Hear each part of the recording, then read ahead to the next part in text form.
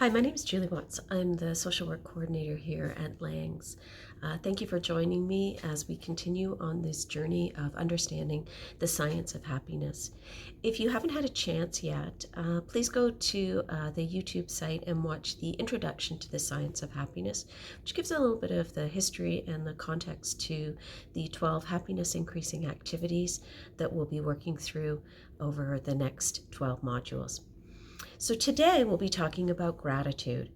And the objectives for today are really to just remind you of positive psychology and the science of happiness, to begin to talk about the benefits of expressing gratitude as a happiness increasing activity, and to provide you some happiness increasing activities that you can implement to begin to increase your own happiness.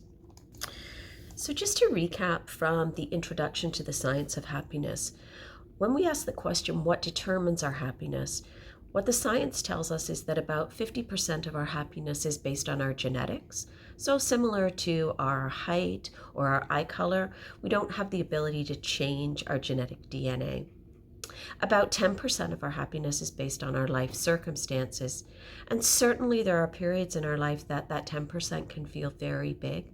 But it is important to remember that on average, our life circumstances are a very small indicator of our happiness. So where does the science of happiness come in? Well, the science of happiness comes into the 40%. And the 40% are the intentional activities that you will learn about in this series of 12 workshops.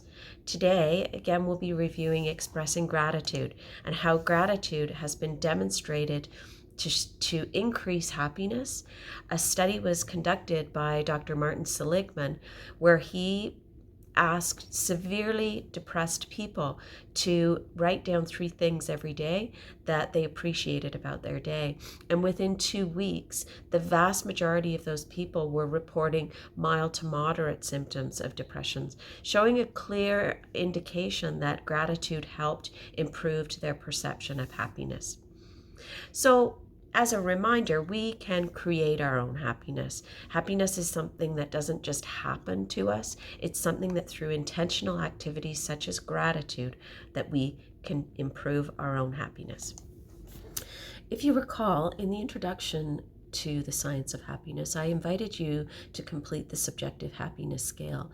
If you haven't had the chance to complete that scale, I would invite you to go back and watch the introduction.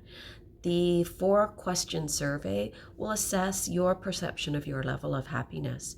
And as a reminder, with 40% of our happiness being related to intentional activities, we can improve our happiness. I invite you, as you implement the strategies or the happiness increasing activities, to go back and redo your subjective happiness scale and begin to assess if you are improving your happiness. What we know is happiness increasing activities are like exercise for the brain, and what we practice grows stronger. Similar to physical exercise, when we engage in physical activity, we begin to see changes in our physical body. The same is with the happiness increasing activities. When we implement these strategies such as expressing gratitude, we will begin to subjectively feel happy. So what is gratitude? There's a variety of different definitions, but essentially gratitude is wonder. It's appreciation. It's looking at the bright side of a setback. It's being thankful to someone in your life, counting your blessings. Gratitude can be seen as savoring and not taking things for granted. And it's very present-oriented. Gratitude is an antidote to negative emotions. It's a neutralizer to emotions such as envy or hostility or anger. It is somewhat impossible to be feeling emotions of gratitude and feeling expressions of negativity. Robert Emmons, who was a prominent researcher and writer, defines gratitude as a felt sense of wonder, thankfulness, and appreciation for life. So why would we want to be grateful? There are a variety of benefits from being grateful. In terms of our physiological well-being, people who are grateful have higher positive emotions. They're more alert, they feel more alive and more awake. They experience more joy and more pleasure, and they express more optimism and happiness. But what about physically? Well, people who are more grateful have stronger immune systems. They are less bothered by aches and pains. They have lower blood pressure. They exercise more and take better care of their health. And they sleep longer and feel more refreshed upon waking. If you recall back in the introduction to the science of happiness, one of the things that has been scientifically demonstrated is that people who are happier live longer. And so gratitude is one of those activities that you can engage in to physically and mentally feel better. So socially, what are the benefits of gratitude? Well, social people tend to be more helpful, more generous, more compassionate. They tend to be more forgiving, more outgoing, and they tend to feel less lonely and isolated. So gratitude allows us to celebrate the present. It magnifies positive emotions. Gratitude blocks toxic or negative emotions, the emotions that actually can really destroy our happiness. Grateful people are more stress resistant, and grateful people have a higher sense of self-worth. So you'll find linked below a video to an experiment in gratitude. And what you'll see if you watch the video afterwards is that the people are invited to participate in a happiness increasing activity of calling someone that they're grateful for. And what the research finds is that people who make those calls and who express gratitude to someone who's done something for them report feeling happier afterwards.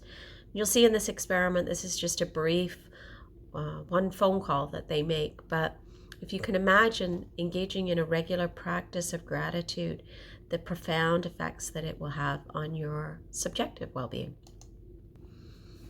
So I'd just like you to take a minute or two to pause and think about one or two things that you've been grateful for over the past week.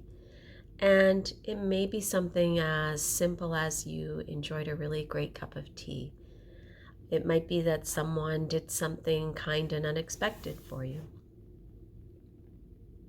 And after you've had this thought, just take a moment to reflect on how that feels for you. And does it evoke feelings of happiness or a warm sense of joy? I encourage you over the next few weeks to begin to engage in a practice of gratitude. And what the research does tell us is that there is benefit in writing down things that we're grateful for. We know that there is a positive effect of journaling and sometimes getting our day off our chest. But a different way to think about daily journaling is through daily gratitude writing and just reflecting on your day, or as you begin your day, really beginning to intentionally write down the things that bring you gratefulness. So sometimes we get some resistance to this notion of happiness increasing activities and intentional activities. And so to take a moment of pause and let you know that that's normal.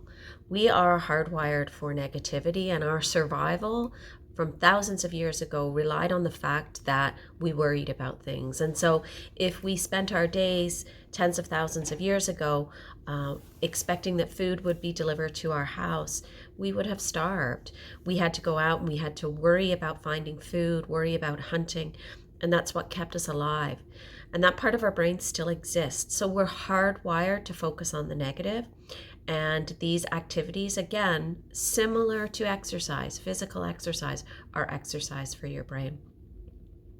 So when we think about gratitude, it's important to just acknowledge that and understand that being grateful isn't a self-serving bias.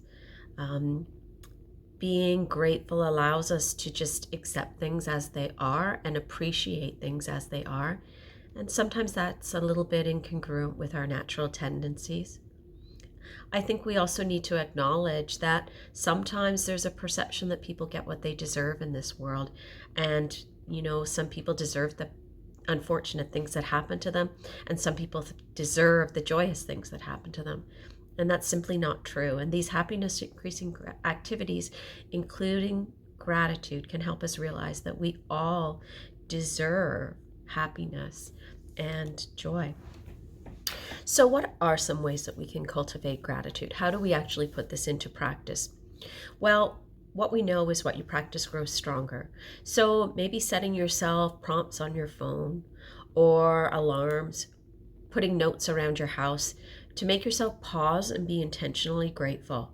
So perhaps you set into a routine where every morning you get up and you think of a few things that you're grateful for.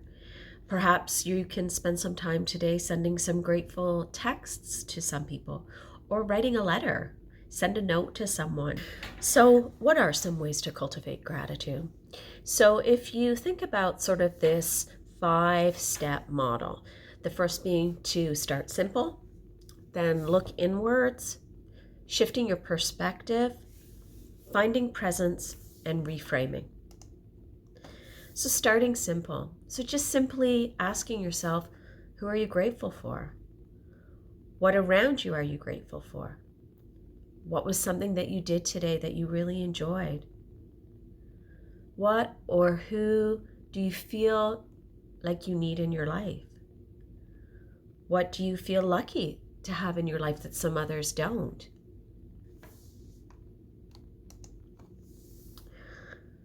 So continuing by looking inwards, so tapping into your senses. So what do you love to eat? What do you love to smell? What do you love to watch? What do you love to touch? So thinking about, when did you feel good today?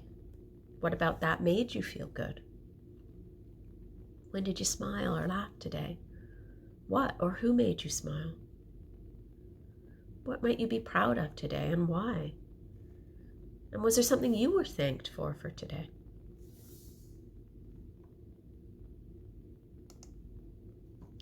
So shifting your perspective. So what happens in life without you having to think about? What did your brother or your child or your husband or family or friend member do today that you didn't have to ask them to do? What do you have in your life today that you didn't have 10 years ago or 20 years ago or maybe 50 years ago? What do you have in your life that other people don't have? And perhaps pausing to ask yourself, what else could this mean?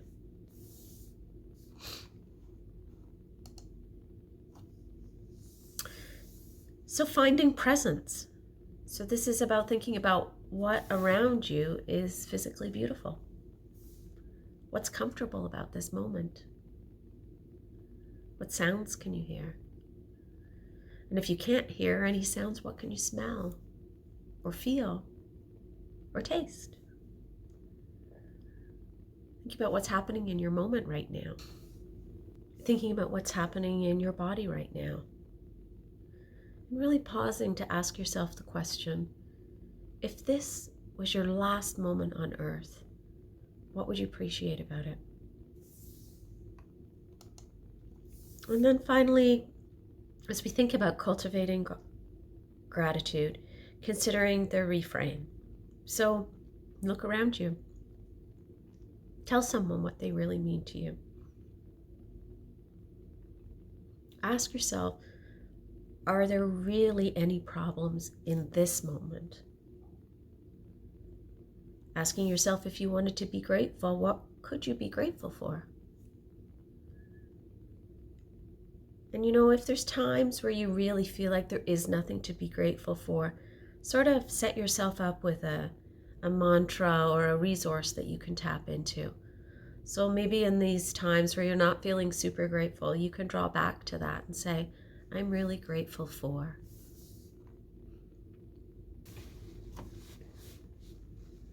Attached below is another video called Gratitude Revealed. I invite you to watch this video when you have the opportunity. It's about 15 minutes long and is a beautiful reminder to us to find presence in the beauty that surrounds us and the so many things that we can be grateful for.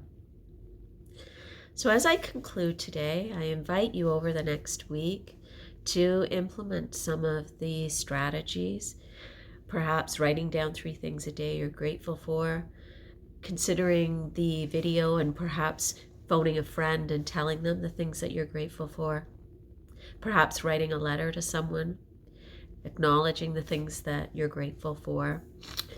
And as you implement this happiness increasing activity of gratitude, beginning to notice what is the effect on you in terms of your own well-being. So as I conclude here, again, I just like to remind you that happiness increasing activities are exercise for your brain.